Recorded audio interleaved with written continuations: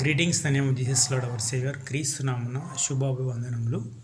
మరి చూసుకున్నట్లయితే సామెతలు 21వ అధ్యాయము 10వ వచనం. భక్తిహీన మనస్సు కీడు చేయగోరును, వాడు తన పొరుగువానికైనను దయతలచడు. చూసిరా, ఎదుటి వ్యక్తికి కీడు చేయకూడదు. దేవుడి మనస్సు ఎలాంటిది? మనం అడగక మునిపే మనకు పంచభూతాలను ఇస్తుంది.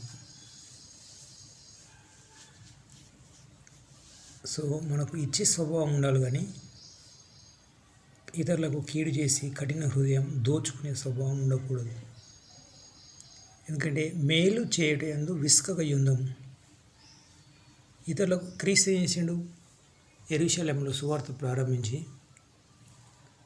గలిలయ, కపెర్నహూం, రకరకాల ప్రాంతాల, బెత్సైదా, కోరాజీనా అనే ప్రాంతాల ఒంటి వాళ్ళకు, గుడ్డి వాళ్ళకు, అవిటి వాళ్ళకు, ఈ లోకరీత్యా దేవుని వాక్యం తెలియని వాళ్ళకు, అలా అందరికీ దేవుని వాక్యం బోధిస్తూ అద్భుతాలు, సూచక్రియలు, మహత్కార్యాలు చేసిండు.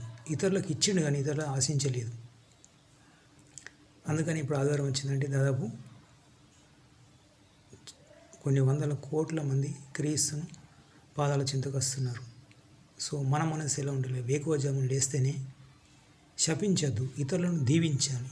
దీవిస్తేనే దీవెనలు, శపిస్తే శాపాలు. మరెవడు ఇతరులకు కీడు చేసేవాడు? భార్య భర్తలకు సమాధానం లేకుండా అప్పుల సమస్యలు పుట్టించేటట్లు పీలాతో ఏం చేసిండు? క్రీస్తు సువార్తను ఆపిండు. ఆపినందుకే ఏమైంది? క్రీస్తు ప్రాణం విడవక మునిపే పీలాతు శిరచ్ఛేదనం అయిపోయాడు. కాబట్టి దేవుని సువార్త, యాజకత్వము అంటే యాజకులను దీవించాలి, ప్రోత్సహించాలి, సువార్తను ఫలింపచేయాలి, కానీ సువార్తను ఆపకూడదు. గ్రహాం స్టీన్స్ అనే దైవజనుడు కదా, ఆ రాష్ట్రంలో గ్రహాం స్టీన్స్ అగ్నిహుతిగా వేసారు అతని పిల్లలను. భార్య ఏం చేసింది? ఎవరైతే చంపారో వాళ్ళ మీద అప్లికేషన్ కూడా ఇవ్వలేదు. ఆ చనిపోయిన ప్రాంతంలోనే పక్కనే ఆవు, పక్కనే రకరకాల పక్షులు, జంతువులు, మనుషులను ఎవరైతే చంపారో వాళ్ళను అలాంటి వడగళ్ళు పెట్టిండు దేవుడు. అక్కడ విపరీతమైన వర్షం, గాలి అవన్నీ పెట్టి ఆ గ్రహాం స్టీన్స్ చనిపోయిన ప్రాంతంలో చేశారు. అంటే అతడు మంచి బోధకుడు. గ్రహాం స్టీన్స్ ఎవరు? ప్రపంచ దైవజనులలో మంచి దైవజనుడు. కాబట్టి ఈ మోషే ధర్మశాస్త్రం బోధించే బోధకులు హిందువులు ఏంటిది, మన బ్రాహ్మణ్స్, వాళ్ళు ఏమంటారు? పండితులు అంటారు. అయ్యగారులు, వాళ్ళు ఎంత ప్రయాణాలు చేస్తారు, వాళ్ళు ఎన్ని రోజులు ఉపవాసం ఉంటారు, గొంతంత నోయంగా శ్లోకాలు చదువుతారు. పెళ్ళిళ్ళ కాడ కానీ, బర్త్డేల కాడ కానీ, ఏ ఫంక్షన్ అయినా కానీ వాళ్ళంతా ఖాళీగా ఉంటారు. మాట్లాడతారా? మాట్లాడరు. కానీ బ్రాహ్మణయ్య ఒక్కనే ఆ మైక్ సెట్టింగ్ లేకుండా గొంతంత నోయంగా శ్లోకాలు చదువుతాడు. అది కూడా ఒక యాజకత్వమే. ఉపవాసం ఉంటారు, ప్రయాణాలు చేస్తారు, అలసట, వాళ్ళు రాత్రింబగలు జాగారాలు చేస్తారు. మళ్ళీ వాళ్ళు ప్యూర్ వెజిటేరియన్స్. వాళ్ళు బ్రాహ్మణ స్ట్రీట్ కానీ, బ్రాహ్మణ్స్ ఉండే వాళ్ళ సంఘాల మధ్యలో కానీ ఎక్కడే కానీ వాళ్ళకు రోగాలు తక్కువ ఉంటాయి. ఎందుకంటే వాళ్ళు మటన్, చికెన్, ఫిష్ కానీ, ఎగ్స్ కానీ తినరు, శాకాహారంగా ఉండి చేస్తారు. కాబట్టి వాళ్ళ మనం దీవించాలి, కానీ శపించద్దు. ముల్లాలు, ముస్లిం మత బోధకులు, ఇస్లాం మత బోధకులు, వాళ్ళు కూడా ప్రయాణాలు చేస్తారు. వాళ్ళు కూడా అలసట, ఉపవాసాలు ఉంటారు, గొంతంతనంగా చేస్తారు. వాళ్ళని కూడా దీవించాలి. క్రైస్తవులు, పాస్టర్లు చూసిరా, గ్రహాం స్టీన్స్ అనే వ్యక్తిని అగ్ని చేత కాల్చితే ఆ కాల్చిన ప్రాంతంలోనే దేవుడు ఉగ్రత వచ్చి ఏమైంది? భయంకరమైన శాపం వచ్చింది.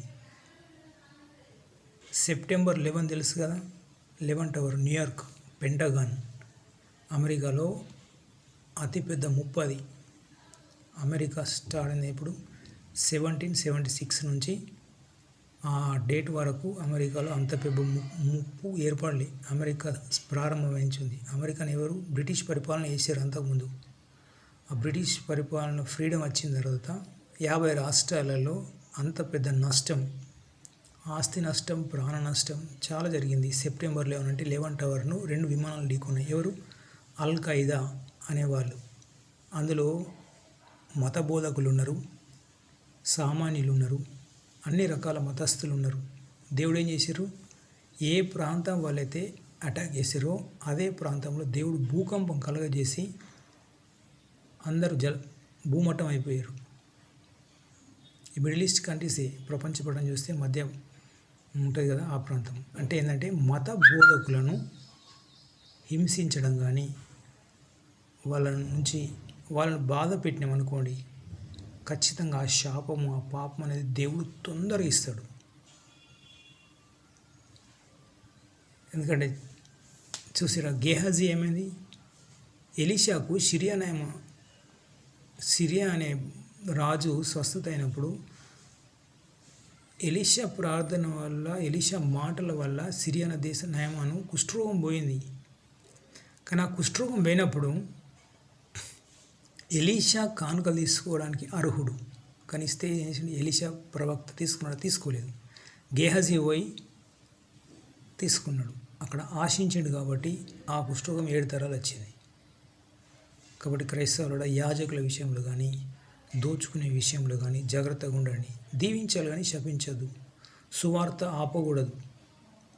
ఎందుకంటే ధర్మశాస్త్రం పుట్టక మునుపు మోషే ధర్మశాస్త్రం వచ్చింది. ఇప్పుడు 3400 సంవత్సరాల కింద. అటు ఇశ్రాయేలు జనాంగాన్ని వదిలిపించిండు, మళ్ళీ ఇటు ధర్మశాస్త్రం రాసిండు. అంతకంటే ముందు జనాలు విచ్చలవిడిగా పాపం పెరిగిపోతూనే ఉంటుంది.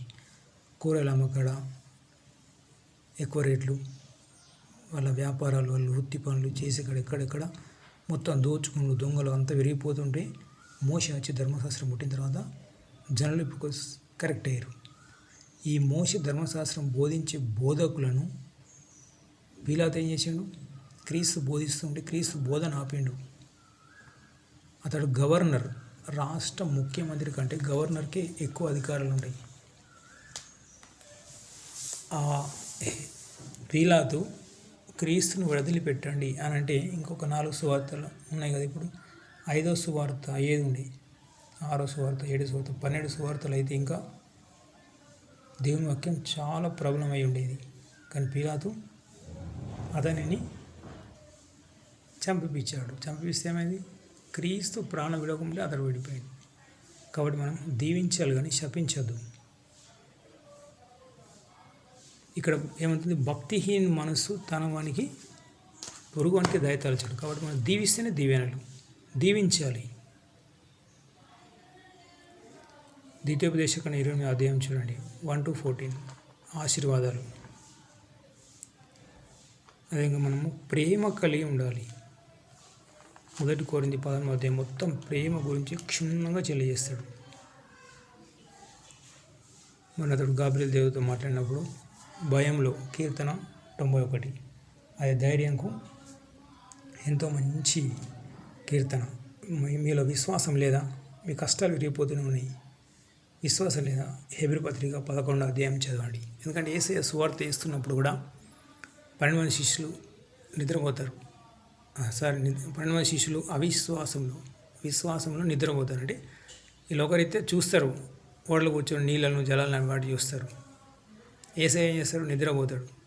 గాలి అలలు తుఫాన్ వచ్చినప్పుడు ఆ బోటు మునిగిపోబోయే సమయంలో ఏమైంది? విశ్వాసం లేని మూర్ఖతరంలో మీతో నేను ఎన్ని రోజులు సహించుతాను. చూసారా, అక్కడ మీ విశ్వాసం ఎలాంటిది అని పరీక్ష చేయడానికి దేవుడు ఆ టెస్ట్ చేస్తాడు. కాబట్టి మీరు ఎంత మంచి ఆత్మీయంగా ఉన్నా, ఎలా ఉన్నా కానీ మీరు విశ్వాసం లేకుంటే, మీకు కష్టాలు విరిగిపోతుంటే, ఇబ్బందులు విరిగిపోతుంటే, ఇరుకులు విరిగిపోతుంటే ఇతరులను దీవించండి. హెబ్రీ 11వ అధ్యాయం చదవండి. ప్రేమ లేకుంటే 1 కొరింథీ 13వ అధ్యాయం చదవండి. భయాల్లో ఉంటే కీర్తన 91 చదవండి. ఈ చదువుతూ ఇతరులను దీవిస్తూ ముందుకెళ్ళండి. ఖచ్చితంగా మనం ఆత్మీయంగా ఫలించగలుగుతాం. ఖచ్చితంగా మీరు వారంలో 2 రోజులన్నా 3 రోజులన్నా ఉపవాసం ఉంటే ఇంకా మెండైన దీవెనలు ఉంటాయి, ఆశీర్వాదాలు అధికంగా ఉంటాయి. కాబట్టి ఉపవాసం చేసి ప్రయత్నం చేయండి, ఫలించండి. మరి నా కోసం, నా కుటుంబ క్షేమం కోసం జ్ఞాపకం చేసుకోండి. మా నాన్నగారి పేరు రాజం, ముక్కాల నొప్పులోని టెంప్టేషన్లో ఉన్నాడు. తమ్ముని పేరు మోహన్, జమున, వాళ్ళ కూతురు శివాని. వాళ్ళ ఐక్యత లేదు, వేరుగా ఉన్నారు, సెపరేటెడ్. గూగుల్లో తిరుపతి, లక్ష్మి, మల్లేశం, దేవక్క, భార్గవ్, ప్రమీల, లత, గంగు. మళ్ళీ వీళ్ళందరిని దీవించండి. టెంప్టేషన్లో ఉన్నారు, హెల్త్ బాగాలేకుంటున్నారు కొందరు. యోబు ఏం చేసిండు? ఇతరులను దీవించిండు అధికంగా, అతనికి మెండైన దీవెనలు వచ్చినాయి. మిమ్మల్ని కూడా దేవుడు దీవిస్తారు. God bless you. Have a nice day. Praise the lord.